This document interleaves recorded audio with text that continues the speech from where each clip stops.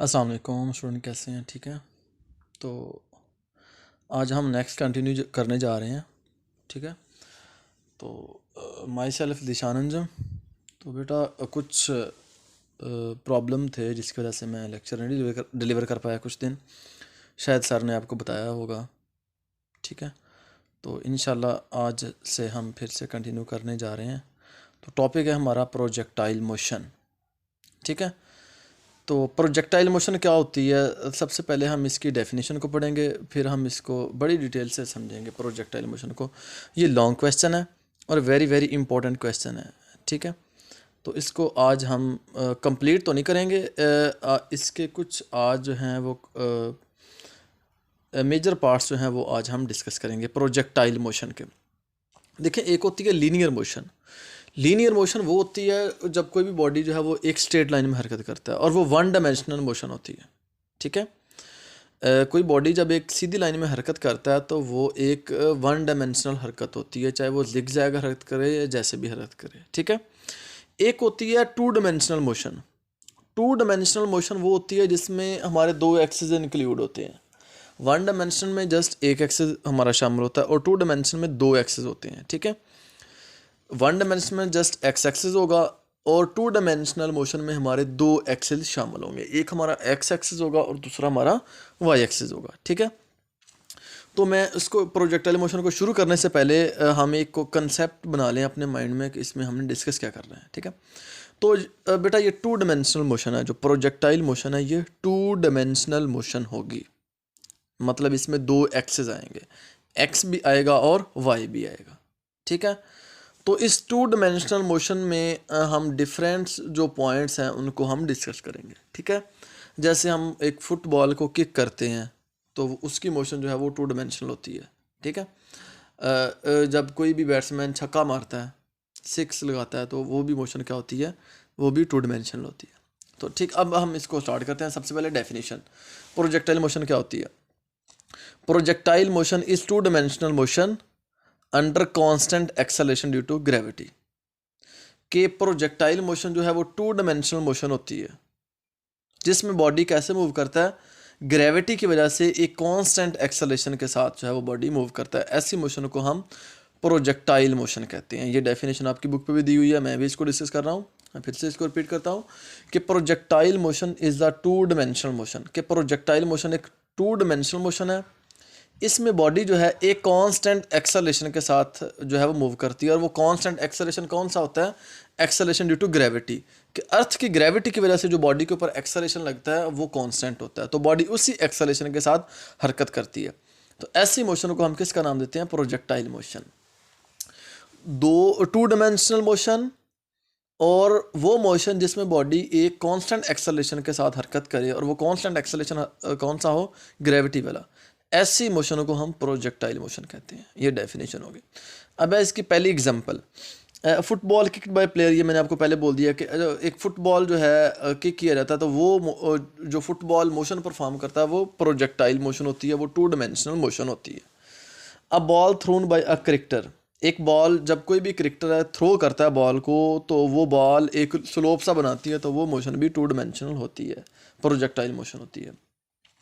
A missile fire from a launching pad. हम जब किसी भी मिसाइल को फायर करते हैं तो हम बिल्कुल उसको ऊपर 90 डिग्री पे नहीं फायर जो है वो फायर करते, हम उसको कुछ एंगल पे फायर करते हैं। तो जब हम उसको किसी भी एंगल पे फायर करेंगे तो वो मोशन टू डायमेंशनल होगी और उसको हम प्रोजेक्टाइल मोशन का नाम देंगे। तो ये तीन एग्जांपल आपको आनी चाहिए प्रोजेक्टाइल मोशन की और डेफिनेशन भी। Beside bodies that are projected at some angle with the horizontal are example of projectile motion। वो तमाम बॉडीज देखें, वो तमाम बॉडीज जिनको हम किसी एंगल के साथ फेंकते हैं हॉरिजेंटल से, तो ऐसे बॉडीज की जो मोशन होगी वो प्रोजेक्टाइल मोशन होगी। समझ आ रही मेरी बात क्या नहीं? ठीक है। कि किसी भी बॉडी को अगर हम 30 डिग्री पे फेंकेंगे या 40 पे फेंकेंगे या 50 पे फेंकेंगे या 80 से पे फेंकेंगे तो वो मोशन जो है वो प्रोजेक्टाइल परफॉर्म करेगा। कोई भी बॉडी 85 पे भी, 90 पे, हाँ 90 पे वो बॉडी जो है वो सीधा ऊपर जाएगा और ऊपर से वो नीचे आ जाएगा, तो फिर उस मोशन को हम प्रोजेक्टाइल मोशन नहीं कहेंगे। ठीक है। तो नेक्स्ट है इसकी कुछ एक्सप्लेनेशन है, उसको हम डिस्कस करेंगे। अब मैं एक केस डिस्कस करने लगा हूँ, ठीक है। केस हमारे पास ये है कि आप जो हैं, या मैं अपने आप को सपोज कर रहा था कि मैं छत पे बैठा हूँ और मेरे पास एक बॉल है, ठीक है। ये मैंने एक ग्राफ ड्रॉ किया हुआ है। इस ग्राफ को पे आप थोड़ा फोकस करें, फिर आपको समझ आएगी। ये देखें, ये हम कुछ हाइट पे हैं ज़मीन से, और उस हाइट से हम एक बॉल को फेंक रहे हैं। और बॉल को हम कैसे फेंक रहे हैं? हम अपने हाथ से बॉल को हॉरिजेंटली आगे की तरफ फेंक रहे हैं, जैसे ये मैंने एरो लगाया है। तो पॉइंट ए से हम बॉल को आगे की तरफ फेंक रहे हैं। जैसे हम बॉल को छोड़ देंगे तो मैं क्या देखता हूँ कि बॉल ये रास्ता बनाता हुआ ज़मीन पर आ गिरता है। समझ आई मेरी बात क्या नहीं? कि ये बॉल ये पाथ बनाता हुआ ज़मीन पे आके गिरेगा। अब देखें, हमने बॉल को नीचे की तरफ तो नहीं फेंका, हमने बॉल को आगे की तरफ फेंका है, मतलब एक्स एक्सिस के लॉन्ग फेंका है, हॉरिजेंटली फेंका है। हमने बॉल को कैसे फेंका है? हॉरिजेंटली। तो इनिशियल वेलोसिटी मैंने उसको जो बॉल को दी वो हॉरिजेंटल वेलोसिटी, और उसका नाम क्या है? वी एक्स है। इनिशियली बेटा उसको मैंने कोई भी वर्टिकल वेलोसिटी नहीं दी। इनिशियल जो मैं उसको वेलोसिटी दे रहा हूँ वो हॉरिजेंटल, और उसका नाम क्या है? वी एक्स है। हाँ, जैसे वो बॉल मेरे हाथ से निकल जाएगा तो फिर उसकी वेलोसिटी हॉरिजेंटल नहीं रहेगी, वो वेलोसिटी दो कंपोनेंट्स में चेंज हो जाएगी, क्योंकि बॉल आगे की तरफ भी जा रहा है और नीचे की तरफ भी जा रहा है। तो अब जो बॉल पर की वेलोसिटी होगी वो हॉरिजेंटल भी होगी और वर्टिकल भी होगी, क्योंकि बॉल एक तो जब आगे की तरफ जा रहा है तो वो एक्स एक्सिस के अलॉन्ग जा रहा है, जब नीचे की तरफ जा रहा है तो वो वाई एक्सिस के अलॉन्ग। तो यहाँ पर बॉल की जो मोशन बनेगी वो टू डायमेंशनल मोशन बनेगी, और ये प्रोजेक्टाइल मोशन बनेगी, ठीक है। मैं इसको रीड करता हूँ जो मैंने लिखा हुआ है। Consider the motion of a body when it thrown horizontally from a certain height, कि जब हम एक बॉडी को कुछ हाइट से फेंकेंगे, we resolve its motion into horizontal and vertical components which independent each other. तो जब बॉल को हम किसी भी हाइट से कुछ हॉरिजेंटली फेंकेंगे, ठीक है, जब हमने उसको हॉरिजेंटली फेंक दिया तो फिर हम क्या करेंगे? फिर बॉल की जो वेलोसिटी है उसको हम हॉरिजेंटल कंपोनेंट और वर्टिकल कंपोनेंट में डिवाइड करेंगे, ठीक है। अब जो बॉल की वेलोसिटी होगी वो हॉरिजेंटल भी होगी और वर्टिकल भी होगी, जैसे जैसे बॉल नीचे आएगा। हाँ, पॉइंट ए पर उसकी वर्टिकल वेलोसिटी 0 है, उसकी सिर्फ हॉरिजेंटल वेलोसिटी है, क्योंकि बॉल को मैंने हॉरिजेंटली फेंका है, ठीक है। तो अब हम डिस्कस करेंगे कि इसके एक्स एक्सिस के लॉन्ग, ये जो मैंने वी एक्स वी वाई, अब मैं डिस्कस करूँगा कि एक्स एक्सिस के लॉन्ग मोशन बनेगी वो कौन सी होंगी, और जो मोशन वाई एक्सिस के लॉन्ग बनेगी वो, उसको हम वन बाय वन डिस्कस करते हैं। तो सबसे पहले मोशन अलोंग एक्स एक्सिस आपको नज़र भी आ रहा होगा, ठीक है। Ball leaves the hand of thrower at point A horizontally. अब बॉल क्या करता है? जो फेंकने वाला है उसके हाथ से हॉरिजेंटली निकल रहा है। तो according to Newton first law there will be no acceleration in horizontal direction. हाँ जी, हॉरिजेंटल कंपोनेंट की तरफ कोई भी फोर्स एक्ट नहीं करती बॉल के ऊपर। देखें, मैं इस बात को फिर से रिपीट करता हूँ कि जैसे हम बॉल को फेंकेंगे तो बॉल की जो वेलोसिटी मैं बोल रहा हूँ वो बोल रहा हूँ कि हॉरिजेंटल भी होगी और वर्टिकल भी होगी। तो हॉरिजेंटल डायरेक्शन में की जो वेलोसिटी है उसको मैं वी एक्स का नाम दे रहा हूँ, वर्टिकल वाली वेलोसिटी वी वाई है, ठीक है। तो न्यूटन फर्स्ट लॉ ये कहता है कि there will be no acceleration in horizontal direction unless horizontal directed force acting on the ball, कि हॉरिजेंटल डायरेक्शन में बॉडी के ऊपर कोई भी एक्सेलरेशन नहीं लगेगा जब तक उसके ऊपर हॉरिजेंटल डायरेक्शन में कोई भी फोर्स ना लगे। तो हॉरिजेंटल डायरेक्शन में हमारा जो बॉडी है उसके ऊपर कोई भी फोर्स एक्ट नहीं करेगी। हाँ, एक फोर्स होगी एयर रेजिस्टेंस, हवा की मुज़ाहमत, उसको हम इग्नोर कर रहे हैं। तो इसका मतलब ये हुआ कि यहाँ पर जो हॉरिजेंटल वेलोसिटी है और यहाँ पर जो हॉरिजेंटल वेलोसिटी है और यहाँ पर जो हॉरिजेंटल वेलोसिटी है, ये तीनों वेलोसिटी सेम है। क्यों सेम है? कि हॉरिजेंटली हमारे बॉडी के ऊपर कोई भी फोर्स एक्ट नहीं कर रही। एक फोर्स है और उसको हम निगलेक्ट कर रहे हैं, वो है फोर्स ऑफ एयर रेजिस्टेंस, हवा की मुज़ाहमत है। तो इसलिए ये सेंटेंस लिखा है कि न्यूटन का फर्स्ट लॉ ये कहता है कि किसी भी बॉडी के ऊपर उस वक्त तक कोई भी एक्सेलरेशन प्रोड्यूस नहीं होता जब तक उसके ऊपर कोई भी फोर्स अमल ना करे। तो हॉरिजेंटल डायरेक्शन में बॉडी के ऊपर कोई भी फोर्स अमल नहीं करे, इसलिए हॉरिजेंटल डायरेक्शन में बॉडी में कोई भी एक्सेलरेशन प्रोड्यूस नहीं होगा, ठीक है। ये लिखा है कि ignoring air friction only force of gravity, ठीक है। तो जो बॉल पर फोर्स लगेगी वो एक फोर्स लगेगी, वो वर्टिकल डायरेक्शन में है, और वो है फोर्स ऑफ ग्रेविटी, ज़मीन की जो ग्रेविटी की फोर्स है। हॉरिजेंटल डायरेक्शन में उसके ऊपर कोई भी फोर्स अमल नहीं करेगी। ये लिखा हुआ है कि force act on a ball during flight is the force of gravity, कि इस पूरे फ्लाइट के दरमियान जो बॉल के ऊपर फोर्स लगेगी वो एक फोर्स है और वो वर्टिकल डायरेक्शन में लग रही है और उसका नाम है फोर्स ऑफ ग्रेविटी। जब देखें वर्टिकल डायरेक्शन में उसके ऊपर फोर्स लग रही है तो उसके ऊपर उसका वर्टिकल डायरेक्शन में एक्सेलरेशन भी होगा। ठीक है, तो horizontal component of velocity remain constant. Horizontal component जो है वो वेलोसिटी का कांस्टेंट रहेगा। क्यों कांस्टेंट रहेगा? कि हॉरिजेंटली उसके ऊपर कोई भी फोर्स एक्ट नहीं कर रही। जब हॉरिजेंटली उसके ऊपर फोर्स एक्ट नहीं करेगी तो उस बॉडी के ऊपर हॉरिजेंटली जो है उस बॉडी में कोई भी एक्सेलरेशन नहीं होगा। हाँ, वर्टिकली उसके ऊपर फोर्स एक्ट कर रही है और उस फोर्स का नाम क्या, फोर्स ऑफ ग्रेविटी है। तो वर्टिकली उसके उस बॉडी में एक्सेलरेशन आएगा वर्टिकल फोर्स की वजह से। ठीक है, तो हॉरिजेंटल वेलोसिटी का कंपोनेंट जो है वो कांस्टेंट रहेगा। ये सारा आपके सामने लिखा हुआ है। तो एज एस बराबर वी टी, हम ये फार्मूला पढ़ चुके हैं। अब इस एस को मैं रिप्लेस कर रहा हूँ एक्स के साथ। हम कर सकते हैं ना।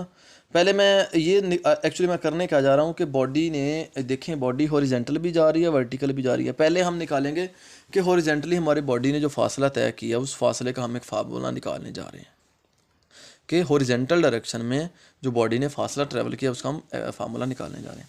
एस को मैं एक्स के साथ रिप्लेस करूँगा। वी वेलोसिटी है और ये वेलोसिटी हॉरिजेंटल डायरेक्शन में, इसको मैं वी एक्स लिखूँगा और टी टाइम इसको मैं टी लिखूँगा। तो एक्स बराबर v x multiply by t, this is the horizontal distance. ये वो फासला है जो बॉडी हॉरिजेंटली ट्रैवल करेगी, इसलिए हम इसको हॉरिजेंटल डिस्टेंस का नाम देते हैं। तो आपसे क्वेश्चन पूछा जा सकता है कि what is the horizontal distance covered by projectile, कि प्रोजेक्टाइल जो है हॉरिजेंटल जो डिस्टेंस कवर करता है उसका नाम क्या, उसका फार्मूला क्या होता है। तो आप क्या लिखेंगे, एक्स बराबर v x multiply by t. तो हॉरिजेंटली बॉल के ऊपर कोई भी फोर्स एक्ट नहीं करती। ठीक है, क्यों नहीं करती, कोई भी फोर्स एक्ट नहीं करती, इसलिए उस बॉडी के ऊपर हॉरिजेंटली उस बॉडी में एक्सेलरेशन नहीं होता। वर्टिकली एक फोर्स एक्ट करती है, उसका नाम क्या, फोर्स ऑफ ग्रेविटी। अब हम नेक्स्ट चलते हैं। अब मैं उसी बॉडी की जो मोशन है उसको वाई एक्सेस के लॉन्ग डिस्कस करने जा रहा हूँ। देखिए मैंने निकाला फार्मूला कि एक्स एक्सेस के लॉन्ग वो उसने जो फासला ट्रैवल किया उसका फार्मूला हमने निकाला। अब हम ये देखेंगे कि वाई एक्सेस के लॉन्ग जो बॉडी फासला ट्रैवल करेगी उसका फार्मूला क्या होगा और वाई एक्सेस के ऊपर उस बॉडी के ऊपर एक्सेलेशन एक्ट होगा, कैसे होगा। फोर्स भी एक्ट होगी, उसमें एक्सेलेशन भी होगा और ये भी हम क्योंकि ball will accelerate downward due to force of gravity, कि बॉल नीचे की तरफ क्यों आता है, फोर्स ऑफ ग्रेविटी की वजह से। ठीक है, तो इसलिए देखें ना, हम बॉल को थ्रो कर रहे हैं तो बॉल की कोशिश है कि मैं नीचे की तरफ आऊँ। क्यों नीचे की तरफ आऊँ, आगे की तरफ वो क्यों नहीं जा रहा, क्योंकि आगे की तरफ उसके ऊपर कोई फोर्स नहीं लग रही। तो नीचे की तरफ क्यों आ रहा है कि नीचे की तरफ उसके ऊपर फोर्स लग रही है, फोर्स ऑफ ग्रेविटी है, इसलिए बॉल जो है वो नीचे की तरफ आने की कोशिश करता है। तो अब जब बॉल नीचे की तरफ आ रहा है तो जो ए है, जो उस बॉल का एक्सेलरेशन है उसको मैं जी लिखूंगा। ठीक है, तो vertical motion is same for और फ्रीली फॉलिंग बॉडी, कि जितनी भी फ्रीली फॉलिंग बॉडी है उनकी वर्टिकल मोशन एक जैसी होगी, उनके ऊपर एक्सेलरेशन एक्ट करेगा और वो एक्सेलरेशन ड्यू टू ग्रेविटी होगा। तो अब हम इस वर्टिकल डिस्टेंस को कैलकुलेट करते हैं। हमने फार्मूला पढ़ा है एस, देखें ये हमने इक्वेशन पढ़ी थी सेकंड इक्वेशन ऑफ मोशन, इसको यूज़ करते हुए हम अब जो है वो वर्टिकल डिस्टेंस कैलकुलेट करेंगे। क्यों इस इक्वेशन को अब हम क्यों यूज़ करेंगे, इस इक्वेशन को हम इसलिए यूज़ करेंगे कि अब हमारी बॉडी में एक्सेलरेशन आ चुका है। तो एस बराबर v i t plus half a t square, ये इक्वेशन आपको आती है, हमने पढ़ी हुई है। अब इस इक्वेशन को हमने चेंज करना है वर्टिकल कंपोनेंट के लिए। ठीक है, ये है जनरल इक्वेशन।